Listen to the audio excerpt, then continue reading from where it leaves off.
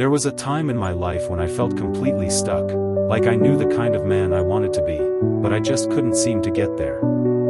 I had dreams. Big ones. But I kept sabotaging myself with procrastination, distractions, and sometimes even addiction. And I realized, my biggest problem wasn't lack of time or talent.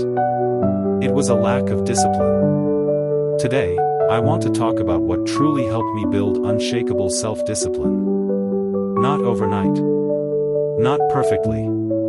But in a way that transformed how I show up in every area of my life, from work, to relationships, to my faith. If you've ever felt like you're fighting yourself, this is for you. Wake up with purpose. The first real shift in my life began in the morning. See, for years, I thought waking up early was the goal. But I've learned, waking up early without purpose is just waking up tired. What changed everything for me was waking up with intention. I stopped grabbing my phone first thing in the morning. I created a simple routine that grounds me. I wake up, say a prayer of gratitude, read a scripture or a short motivational piece, and write down the 3 most important things I need to do that day. This is how I center myself. And no matter how chaotic the day gets, I've already anchored my mind. That simple habit helped me feel in control again. If you're trying to build discipline, don't underestimate your mornings. Start small, even if it's just waking up 30 minutes earlier to read, reflect, or pray. You're telling your brain, I'm not running from life today. I'm showing up. Delay gratification. We live in a culture that glorifies instant gratification. One click, one swipe, one scroll, and boom, your brain gets that dopamine hit. But discipline is really the art of choosing long-term reward over short-term pleasure. For me, this lesson hit hard when I was battling an addiction to pornography. I kept falling into the cycle of just one more time, and then feeling shame, regret, and emptiness afterward. What helped wasn't just willpower. It was learning to replace that need for quick pleasure with things that fed my soul long-term, like working out, reading something powerful, or going for a walk and talking to God. I started asking myself one question every time I was tempted: how will I feel after this? That pause changed everything. Over time, delaying gratification stopped feeling like punishment, and started feeling like freedom. Because I wasn't being controlled anymore. I was choosing. Track your progress. When I was trying to build discipline, I kept asking myself, why do I keep falling off? The answer was simple: I wasn't tracking anything. I was just hoping I'd remember or stay motivated. And we both know how that ends. So I started tracking. I created a simple Google sheet and listed the habits I wanted to build, like reading, praying, exercising, writing, and avoiding certain triggers. Every night, I'd tick off what I did. That visual feedback gave me a sense of progress, even when I didn't feel it emotionally. There's something powerful about seeing a streak build up: 10 days of consistency.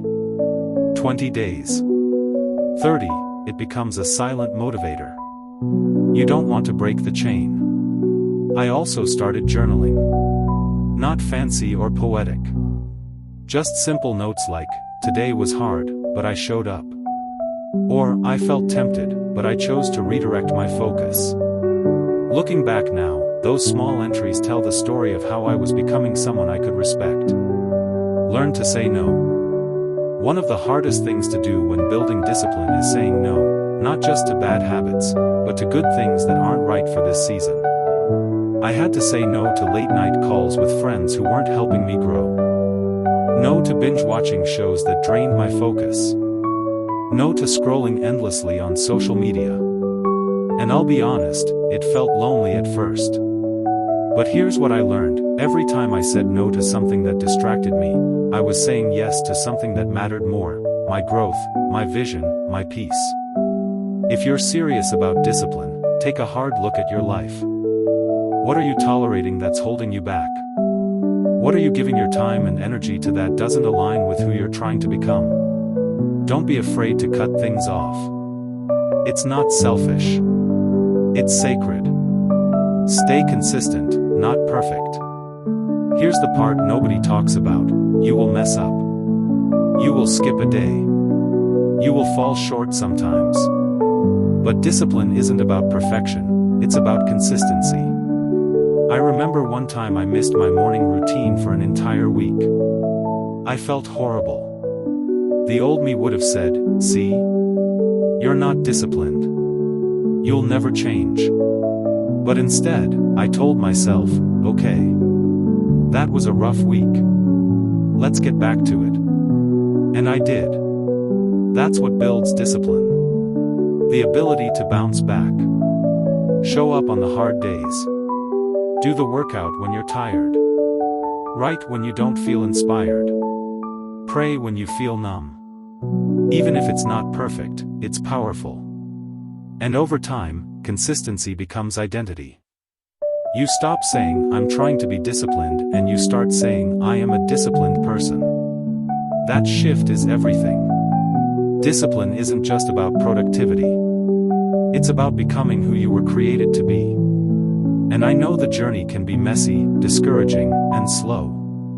But if you keep showing up, one day, you'll look back and realize, you became the version of yourself you used to only imagine. You don't have to be perfect. You just have to be committed. Start small. Start today. Start again if you have to. But don't stop. Call to action. Which of these habits spoke to you most today? Drop it in the comments, I'd love to hear your thoughts. And if this video helped you, share it with someone you care about.